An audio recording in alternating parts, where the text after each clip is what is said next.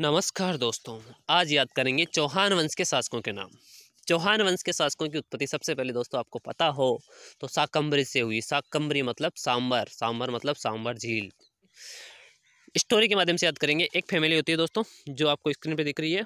इसमें एक ये बिजनेसमैन होता है। इसके 3 संतानें होती है, 2 बेटे होते हैं, 1 बेटी होती है। बेटे का नाम, बड़े बेटे का नाम वासुदेव होता है, उससे छोटे बेटे का नाम सोमेश्वर होता है और उसकी बेटी का नाम गौरी होता है। ठीक है, गोविंदा को और इसके साथ एक वीरूचंद नाम का एक साथी होता है, उनको दोनों को इन्वाइट करता है घर पे। ठीक है, तो इसको बिजनेस के सिलसिले से ऑफिस जाना होता है। इतने में ये ऑफिस चला जाता है और अपने बेटे, बड़े बेटे वासुदेव को बोल के जाता है कि वासुदेव, सिंगर दुर्लभ गोविंदवा और वीरूचंद घर पर आएंगे। ठीक है, यही ट्रिक है दोस्तों सांबर के शाकंभरी के चौहानों की। सांबर शाकंभरी के चौहानों की ट्रिक क्या है? वासुदेव, सिंगर दुर्लभ गोविंदवा और वीरूचंद घर पर आएंगे। चौहान वंश के शासक वासुदेव, सिंगर दुर्लभ गोविंदवा और वीरूचंद घर पर आएंगे। ये ट्रिक है इसकी। वासुदेव, सिंगर दुर्लभ गोविंदवा और वीरूचंद घर पर आएंगे। वासुदेव, वासुदेव का मतलब होगा वासुदेव खुद होगा। ये वासुदेव सांबर के शाकंभरी के चौहान वंश के शासकों का संस्थापक है। इसने सांबर झील का निर्माण करवाया दोस्तों सांबर में। इसके बाद में होता है सिंगर। सिंगर के अंदर 2 है, सिंह, सिंह और राज। सिंह का मतलब सिंहराज और गर का मतलब सिंह और गर है सिंगर। गर का मतलब विग्रहराज। विग्रहराज सेकंड है दोस्तों ये, विग्रहराज सेकंड। उसके बाद में दुर्लभ, दुर्लभ राज सेकंड। गोविंदवा, गोविंदराज। गोविंदवा का मतलब वाका, मतलब गोविंद का मतलब गोविंदराज, वाका मतलब वाक्यतिराज। वीरूचंद, वीरू के अंदर वीरू और चंद अलग अलग है। वीरू, चंद और दय। वीरू का मतलब वीरियाराम और च का मतलब चामुंडाराज। द का मतलब वीरियाराम आ गया। चंद, चंद का मतलब चामुंडाराज और द का मतलब दुर्लभ राज थर्ड है दोस्तों। सेकंड इधर आ गया था, सेकंड दुर्लभ राज ये है, थर्ड ये आ गया। ठीक है, इसके बाद में घर का मतलब विग्रह राज आएगा वापस। विग्रह राज कौन सा है? थर्ड आएगा दोस्तों।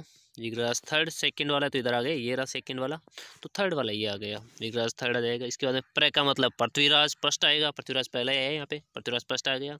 इसके बाद आएंगे मतलब अजयराज आएगा दोस्तों। अजयराज दोस्तों वही शासक है, सांबर के शाकंभरी का लास्ट शासक है, जिसने यहाँ से फिर ये अपनी राजधानी कहाँ ले गया था? अजमेर ले गया यहाँ। इसके बाद अजमेर के चौहान वंश के शासकों के नाम याद करेंगे तो उसकी ट्रिक ये होगी दोस्तों। दूसरे दिन ये बिजनेसमैन अन्ना जी को इनवाइट करता है। छोटे बेटे का नाम सोमेश्वर है और पुत्री का नाम गौरी है। तो ये क्या बोलता है, अन्ना जी को फ़ोन लगा के बोलता है कि अन्ना जी, पुत्र सोमेश्वर और पुत्री गौरी मिलेगी।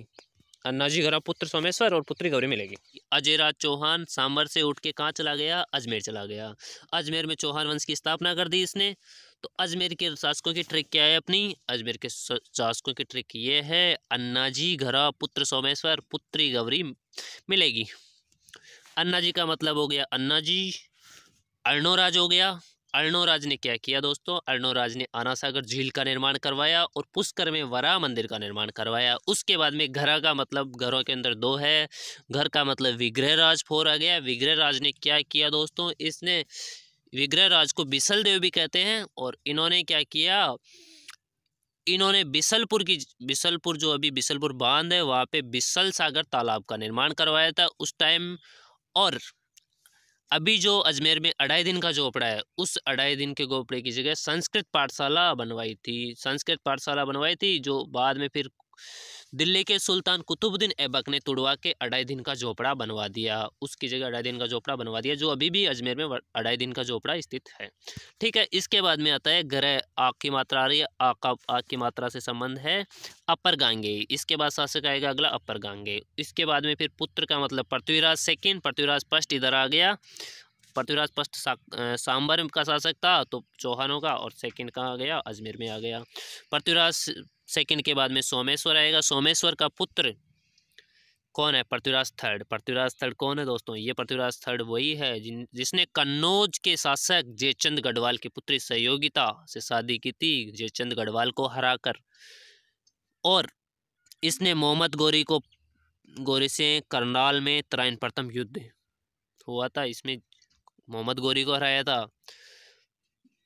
जो कब हुआ था, तराइन प्रथम युद्ध 1191 में हुआ था, मोहम्मद गौरी को हराया। इसके बाद में तराइन सेकंड युद्ध भी करनाल हरियाणा में हुआ, 1192 में हुआ था। उसमें मोहम्मद गौरी ने छल कपट से इसको बंदी बना लिया था पृथ्वीराज। रणथंभौर में रण में जीत हमारी होगी, जबकि नाडोल में लक्ष्मण अल्हड़ की होगी। एक ही बात है, ठीक है। रण में मतलब रणथंभौर में, जीत मतलब जैत्र सिंह यहाँ का शासक। बाद में कौन बनता है, गोविंदराज तो आ गया यहाँ पे, रणथंभौर में आ गया था। किसके सहयोग से यहाँ पे आ गया था, कुतुबुद्दीन ऐबक के सहयोग से यहाँ का शासक बन गया था रणथंभौर का। इसके बाद में उसके जो भी वंशज है उसमें जैत्र सिंह आता है शासक, अगला शासक। उसके बाद में फिर आता है हम्मीर देव।